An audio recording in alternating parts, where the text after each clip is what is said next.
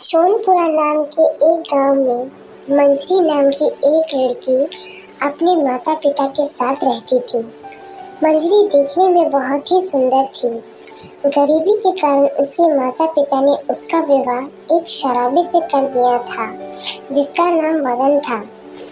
मदन हर रात शराब पीकर मंजरी को मारता था और उसे गाली भी देता था। मंजरी को ये सब अच्छा नहीं लगता था। उसके आत्मसम्मान को ठेस पहुंचती थी, इसलिए वह मदन को छोड़कर अपने माता पिता के घर आके रहने लगी। उसके माता पिता ने उसे उनके साथ रहने की इजाजत दे दी। जब भी मंजरी गांव के कुएं में पानी भरने जाती, गांव के पुरुष उसकी मदद करने के बहाने उसे हंस कर छेड़ते थे। मंजरी सब कुछ समझती थी और वो उनसे मदद लेना नहीं चाहती थी। उन्हें ना कहकर वो वहाँ से चली जाती थी। यह देखकर गांव की औरतें मंजरी से बहुत जलती थी। वो कहती है, अरे बहन शीला, देखो तो हमारे नालायक पतियों को आज तक हमारी तो किसी काम में मदद की नहीं, लेकिन उस कर्मजली की मदद करने के लिए दौड़े चले जाते हैं। मंजरी इतनी सुंदर थी कि गांव के पुरुषों की नजर उस पर से हटती नहीं थी। जब भी मंजरी गांव के रास्ते से गुजरती थी, गांव की औरतें घर के दरवाजे बंद कर देते थे।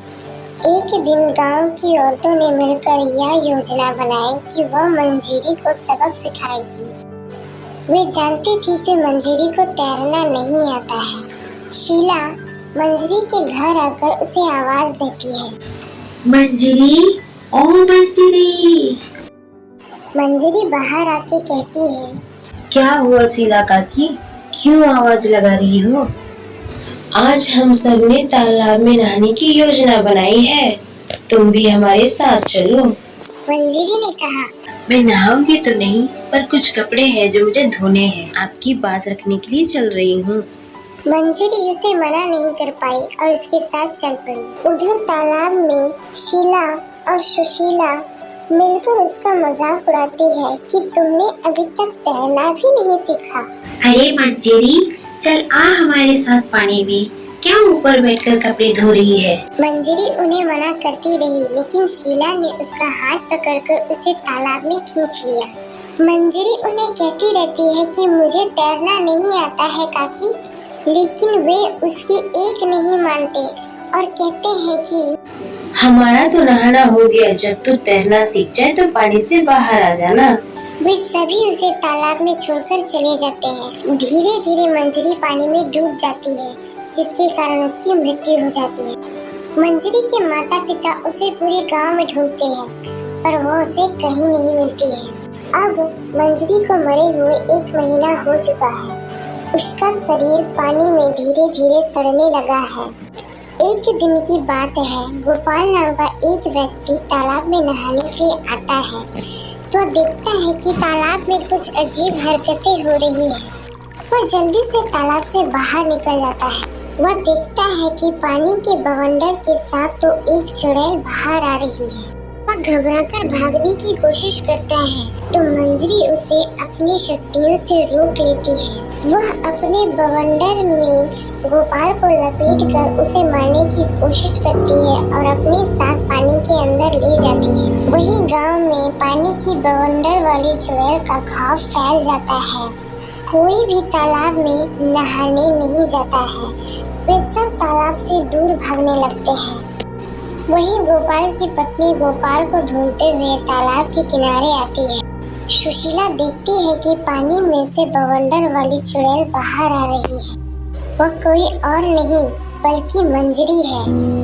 मंजरी जैसे ही सुशीला पर वार करती है, वह जल्दी से वहां से बचकर भागने में कामयाब हो जाती है। मंजरी ही बवंडर वाली चुड़ैल है, यह बात जाकर वह शीला और बिमला को बताती है और वे दोनों भी डर जाते हैं। कुछ और दिन बीत जाते हैं।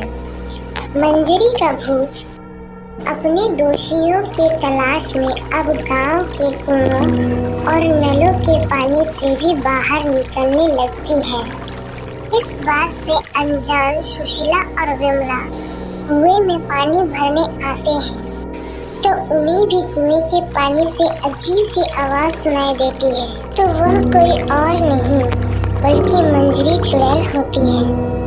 इससे पहले कि वे दोनों दोबारा भागने में कामयाब होते, चुड़ैल उसे अपनी शक्तियों से जकड़कर अपनी बवंडर में फंसा लेती है और उन दोनों को भी अपने साथ कुएं के रास्ते तालाब में ले जाकर मार देती है।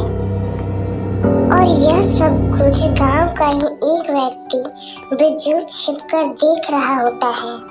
वह तुरंत यह बात सबको बता देता है कि विमला और सुशीला चुड़ैल के हाथों मारी गई है। शीला समझ जाती है कि अब मंजरी उसे भी मार देगी। वह घबराकर चुपके से मंजरी की माँ के पास पहुँचती है और जो भी उन्होंने मंजरी के साथ किया वो सब कुछ सावित्री को बताती है।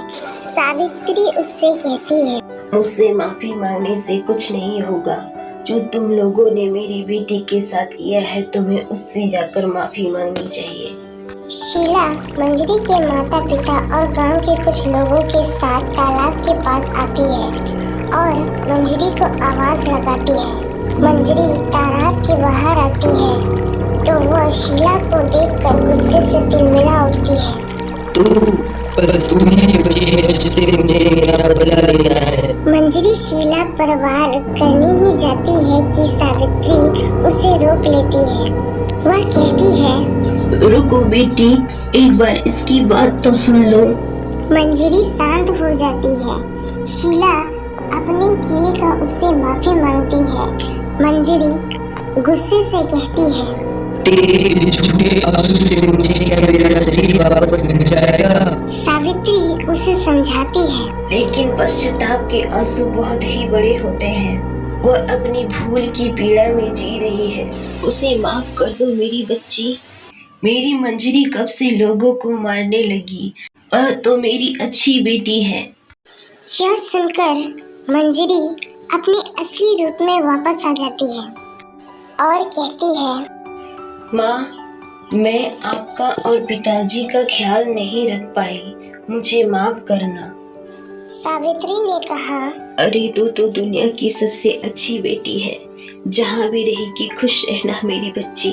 मंजरी ने कहा, बस इतना कर दो। ना जाने कितने ही दिनों से मेरा शरीर पानी के अंदर सड़ रहा है, उसे बाहर निकाल लेना।